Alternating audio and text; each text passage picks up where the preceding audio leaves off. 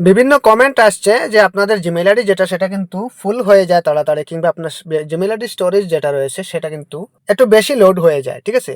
তো যার কারণে কিন্তু পয়সা পে করার জন্য বলে। তো আপনারা পয়সা পে করতে হবে না, শুধুমাত্র আপনারা ওই সেটিংসটা করে নিলেই কিন্তু আপনার জিমেইল আইডি যেটা রয়েছে সেটা ফ্রি হয়ে যাবে কিংবা ক্লিয়ার হয়ে যাবে। তো ফার্স্ট অফ অল আপনারা কি করবেন, এখান থেকে জিমেইল আইডির উপর ট্যাপ করে দেবেন অ্যাপস যেটা রয়েছে, ঠিক আছে? তারপর এরকম ইন্টারফেস শো করবে। এখান থেকে আপনারা কি করবেন, বাম পাশে 3 লাইন দেখতে পাচ্ছেন, ওটার উপর ট্যাপ করে দেবেন। ওটার উপর ট্যাপ করার সাথে সাথে একটু স্ক্রল ডাউন করলে এখানে দেখতে পারবেন আপনারা ম্যানেজ সাবস্ক্রিপশন, এই যে অপশনটা, ওটার উপর ট্যাপ করে দেবেন। যাদেরকে আপনি সাবস্ক্রাইব করে রেখেছেন, তো তাদেরকে আপনি ওখান থেকে আনসাবস্ক্রাইব করে দিলে কিন্তু আপনার জিমেইল আইডির জায়গা যেটা রয়েছে সেটা কিন্তু একটু বাড়বে, এবং আপনার যে কয়টার প্রয়োজন নেই সেটা কিন্তু আপনারা এখান থেকে আনসাবস্ক্রাইব করে দিতে পারেন।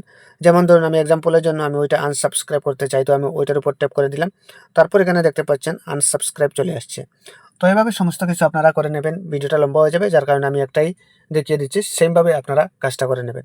তো এই ছিল আজকের ভিডিওটি প্রত্যেকে শেয়ার করে সবার দেখার সুযোগ করে দেবেন। পেজে নতুন হয়ে থাকলে অবশ্যই ফলো দিয়ে রাখবেন। ধন্যবাদ।